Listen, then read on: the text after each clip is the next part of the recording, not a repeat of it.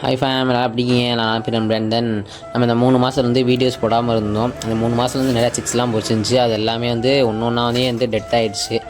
அது ஏன்னு பார்த்தீங்கன்னாக்கா, இந்த பார்க்குறீங்களா இந்த சிக்கு இருக்குல்ல, இந்த சிக்கை அந்த கேஜை விட்டு வெளியே வந்துடும் மாட்டுக்கு. அதை அப்படியே கொத்தி கொத்தியே அப்படியே ஒரு 3 நாள் தான் தாக்கு பிடிக்குது. அதுக்கப்புறம் இறந்து போயிடுது.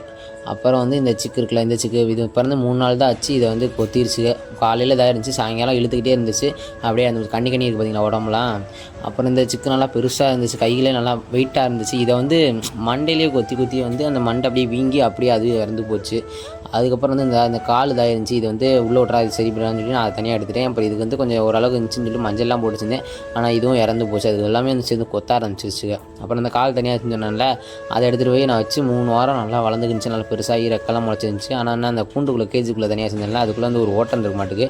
அது வழியாக எலி உள்ளே போய் வேலையை பார்த்து விட்டுருச்சு. நமக்கு மட்டும் ஏன் இப்படி தான் நடக்குன்னு தெரில. சரி, அடுத்த பாய்.